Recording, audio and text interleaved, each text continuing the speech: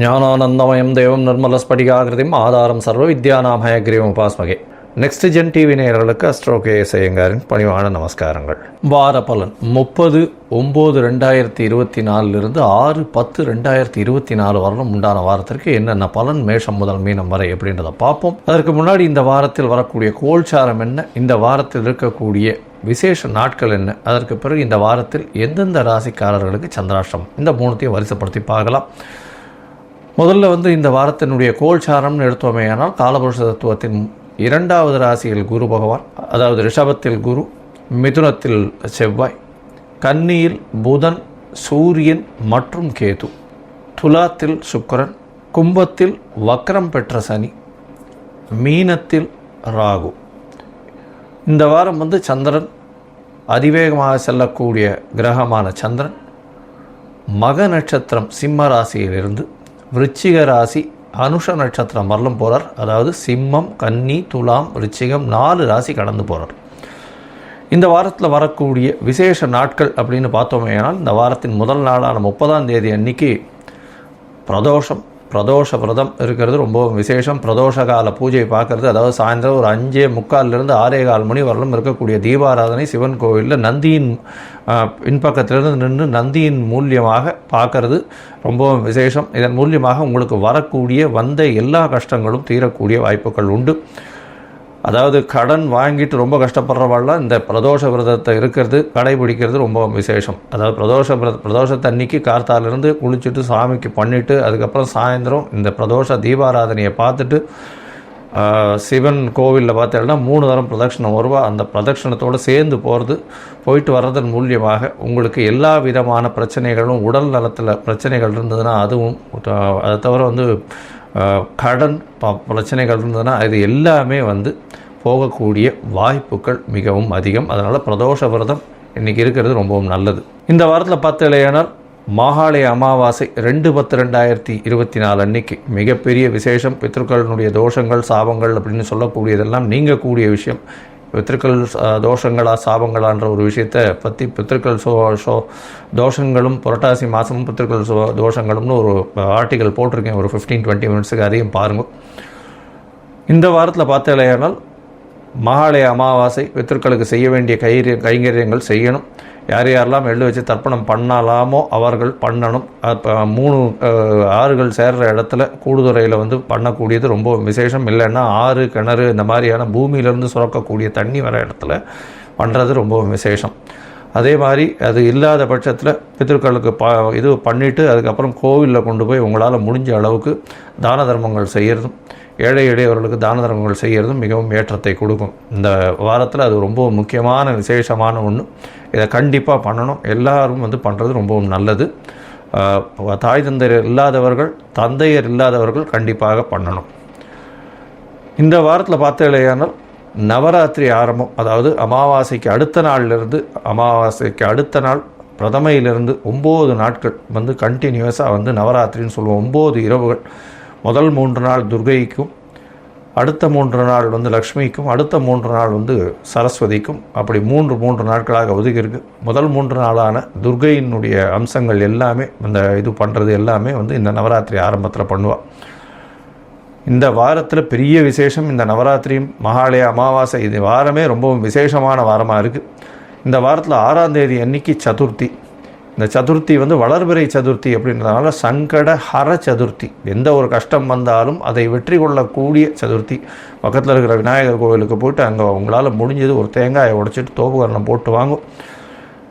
அதன் மூலியமாக உங்களுக்கு வரக்கூடிய எல்லா விதமான பிரச்சனைகளும் கண்டிப்பாக போகும். சரி, இந்த வாரத்தில் வரக்கூடிய சந்திராஷ்டம ராசிகள் எந்தெந்த ராசிக்கு சந்திராஷ்டமம்னு பார்ப்போம். சந்திராஷ்டமம் இந்த வாரத்தில் மகரம், கும்பம், மேஷம், மீனம், மேஷம், இங்கே 4 ராசிகளுக்கும் இருக்குது. அதாவது மகரம், கும்பம், மீனம், மேஷம் இந்த 4 ராசிகளுக்கும் இருக்குது. சந்திராஷ்டமம்னா உங்களுடைய ராசிக்கு 8ஆம் இடத்துல சந்திர பகவான் மறையக்கூடிய காலகட்டத்தை சந்திராஷ்டமம்னு சொல்கிறோம். மதிகாரகன் மறைந்திருக்கக்கூடிய காலகட்டத்தில் தவறான முடிவுகள் எடுக்கக்கூடும். அதனால் முடிஞ்சவர்களும் இந்த காலகட்டத்தில் புதிய முடிவுகள் வேண்டாம், வெளியூர் வெளிநாட்டில் பிரயாணங்கள் வேண்டாம்னு சொல்கிறோம். தவிர இப்போ எந்த ஒரு முயற்சியும் இந்த காலகட்டத்தில் எடுக்க வேண்டாம். ஒருவேளை எடுக்க வேண்டிய கட்டாயம் இருந்தது, நீங்கள் ஏற்கனவே சொல்லிட்டீங்க அந்த நாளில் பண்ணியே ஆகணுன்ற கட்டாயம் இருந்ததுன்னா அருகில் இருக்கக்கூடிய விநாயகர் கோவிலில் போய் ஒரு பசும்பால் ஒரு 1/2 டம்ளர் கொடுத்துட்டு போங்க. சந்திராஷ்டமத்தின் தாக்கம் நிச்சயமாக குறையும். சரி, இப்போ மேஷம் முதல் மீனம் வரை ஒரு ராசிக்கா எப்படி இருக்குது 30/9/2024 6/10/2024 வரை எப்படி இருக்குன்னு பார்ப்போம். அதற்கு முன்னாடி என்னுடைய மொபைல் நம்பர் கீழே ஸ்க்ராலிங்கில் போயின்னு இருக்கோம். உங்களுக்கு அஸ்ட்ராலாஜிக்கல் கன்சல்ட் தேவைப்பட்டதுன்னா எனக்கு ஃபோன் பண்ணுங்கள். உங்களுடைய date, time, place of birth, உங்களுடைய பெயர், தாய் தகப்பனார் பெயர் அனுப்புங்க. என்னுடைய கட்டணம் என்னன்றதை தெரிவிக்கிறேன். அதற்கு பிறகு உங்களுடைய ஜாதகத்தை போட்டு சந்தி இருக்கான்னு பார்க்கணும். முதல்ல பாத சந்தி, நட்சத்திர பாத சந்தி, அதை தவிர லக்ன சந்தி இருக்கா, இது எல்லாத்தையும் பார்த்துட்டு அதற்கு பிறகு உங்களுடைய ஜாதகத்தை போட்டு அதுக்கப்புறம் உங்களுக்கு அப்பாயின்மெண்ட் தரேன். பொதுவாக மோஸ்ட் ஆஃப் த பீப்புள் என்கிட்ட வர்றவாளுக்கு சந்தி ரொம்ப அதிகமாக இருக்குது. துலா ராசி நினச்சின்னு இருப்பா, ரிச்சிக ராசி விசாக நட்சத்திரமாக இருக்கும்.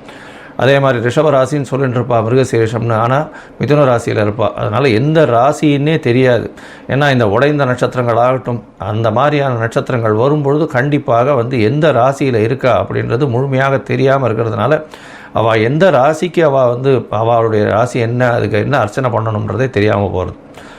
சரி, இப்போ மேஷம் முதல் மீனம் வரை 30/9/2024 6/10/2024 வரை உண்டான பலன்களை பார்க்கலாம். கும்பம், அவிட்டம், சதயம், பூரட்டாதி இந்த 3 நட்சத்திரம் 9 பாதங்களை கொண்ட ராசி. ராசியின் அதிபதினு சொல்லக்கூடியவர் சனி பகவான் ராசியில் ஆட்சி பெற்று வக்கரகதி அடைஞ்சிருக்கிறார். இந்த வாரத்தில் பார்த்தாலேயானால் வக்கரத்தில் சனி பகவான் இருக்கார். இந்த வாரத்தில் உங்களுடைய ராசிக்கு 2ஆம் இடத்துல ராகு பகவான் இருக்கிறதுனால பேச்சில் கொஞ்சம் கடுமை இருக்கக்கூடிய வாய்ப்புகள் உண்டு. பேச்சில் ஜாகிரதையாக இருக்கிறது நல்லது.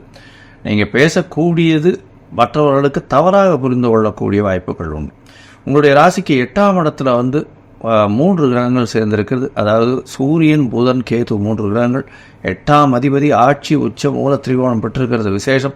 இதனால் வெளிநாடு போய் படிக்கக்கூடிய வாய்ப்புகள், வெளிநாடு வெளியூர் வெளிமாநிலம் செல்லக்கூடிய வாய்ப்புகள் நிச்சயமாக உண்டு. படிக்கிறதற்காகவும் போகக்கூடிய வாய்ப்புகள் உண்டு. வேலை செய்வதற்காக இங்கிருந்து வெளிநாட்டுக்கு ஷார்ட் ட்ரிப் போயிட்டு வரக்கூடிய பாக்கியம் நிச்சயமாக உண்டு. 7ஆம் சனி வேறு நடக்கிறது, ஜென்ம சனி வேறு நடக்கிறது. ப்ரெஷர் கொஞ்சம் அதிகமாக இருக்கும். உடல் உழைப்பு கொஞ்சம் அதிகமாகவே போட வேண்டிய காலகட்டமாக அமைய போகிறது. ராசிக்கு 9ஆம் இடத்துல இருக்கக்கூடிய சுக்கிர பகவான் ஆட்சி பெற்று போயிருக்கார். இதன் மூலியமாக உங்களுடைய யோகர்னு சொல்லக்கூடியவர் 4-9க்கு உண்டான ஒரு திரிகோண கேந்திர அதிபதி அப்படின்னு சொல்லக்கூடியவர் சுக்கிர பகவான். அவர் உங்களுடைய ராசிக்கு 9ஆம் இடத்துல ஆட்சி பெற்று போயிருக்கிறதுனால தந்தையின் மூலியமாக நல்ல ஒரு ஏற்றமான செய்தி வரும். தந்தையின் மூலியமாக அனுகூலியமாக செய்திகள் வரும். பணவரவருக்கு பஞ்சம் இருக்காது. வெளிநாடு போய் படிக்கக்கூடிய மாணவர்களுக்கு வெளிநாட்டுக்கு அப்ளை பண்ணியிருந்தாங்கன்னா கண்டிப்பாக கிடைக்கக்கூடிய வாய்ப்பு உண்டு. 4ஆம் இடத்தில் இருக்கக்கூடிய குரு பகவான் ஆரம்ப கல்வியில் நல்ல ஏற்றத்தை கொடுக்கக்கூடிய காலகட்டமாக அமையும்.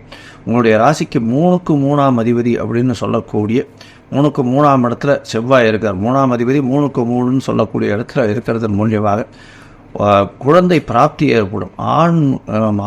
ஆண்களுக்கு அந்த விருலிட்டின்னு சொல்லக்கூடிய விஷயங்கள் கொஞ்சம் அதிகமாக இருக்கக்கூடிய காலகட்டமாக இருக்கும்.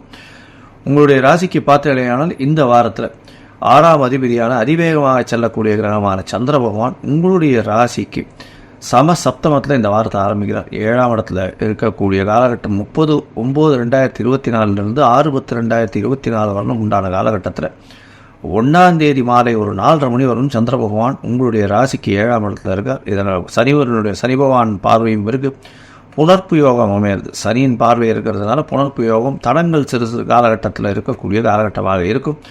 இருந்தாலும் உங்களுடைய முயற்சி நிச்சயமாக வெற்றியை கொடுக்கக்கூடிய காலகட்டம். ஏன்னா 3ஆம் அதிபதி 3க்கு 3 இருக்கிறதுனால உங்களுக்கு புதிய பதவி புகழ் அந்தஸ்து கௌரவம்லாம் வரக்கூடிய வாய்ப்பு உண்டு. உங்களுடைய ராசிக்கு 8ஆம் இடத்துல சந்திர பகவான் போகிறார். அதாவது 1ஆம் தேதி மாலை 4:30 4ஆம் தேதி அதிகாலை ஒரு 4:30 மணி வரணும் இருக்கக்கூடிய காலகட்டம். இந்த காலகட்டத்தில் புதிய முயற்சி வேண்டாம், வெளியூர் வெளிமாநில பிரயாணம் வேண்டாம்னு சொல்கிறோம். ஒரு வேளை போக வேண்டி இருந்ததுன்னா சந்திர பகவானுக்கு உண்டான எளிய பரிகாரம் செஞ்சுட்டு போகும். அது தவிர பார்த்தீங்கன்னா இந்த வாரம் சதுர்த்தி வருது. அதனால் வளர்பிறை சதுர்த்தியாகவும் இருக்குது.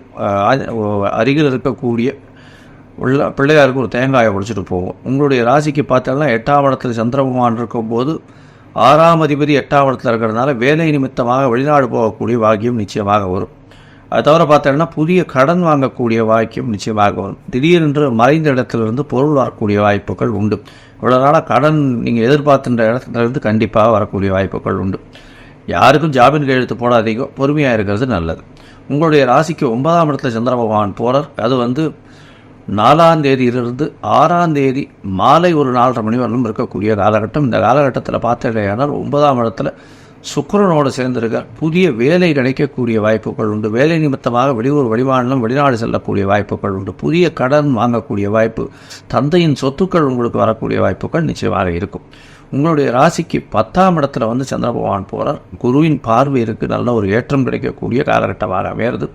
10ஆம் இடத்தில் இருக்கக்கூடிய சந்திர பகவான் பார்த்தடையானால் உங்களுக்கு வந்து தொழிலில் பெரிய அபிவிருத்தியை கொடுப்பார். தொழிலுக்காக புதிய கடன் வாங்கக்கூடிய காலகட்டம் வரும். அதன் மூலியமாக அபிவிருத்தி வரக்கூடிய வாய்ப்புகள் நிச்சயமாக உண்டு. இந்த வாரம் நல்ல ஏற்றமான வாரமாக இருக்கும். அதுவும் வந்து இரும்பு சம்பந்தமான வியாபாரங்கள், அதை தவிர 2 wheeler 4 wheeler mechanics, 2 wheeler 4 wheeler வியாபாரம் பண்ணுறவா, அதை தவிர பார்த்தீங்கன்னா மண், அதாவது கருப்பு மண், கருப்பு துணி, அதை தவிர எண்ணெய்கள், இதெல்லாம் வியாபாரம் பண்ணுறவாளுக்கெல்லாம் பெரிய ஏற்றம் கிடைக்கக்கூடிய காலகட்டமாக இருக்கும். நீங்கள் அருகில் இருக்கக்கூடிய சரபேஸ்வரன் கோவிலுக்கு போயிட்டு வாங்க. நல்ல ஒரு ஏற்றமும் மாற்றமும் உங்களுடைய வாழ்வில் நிச்சயமாக வரும். லோகா சமஸ்தா சுகினோ பவந்து. நன்றி, நமஸ்காரம்.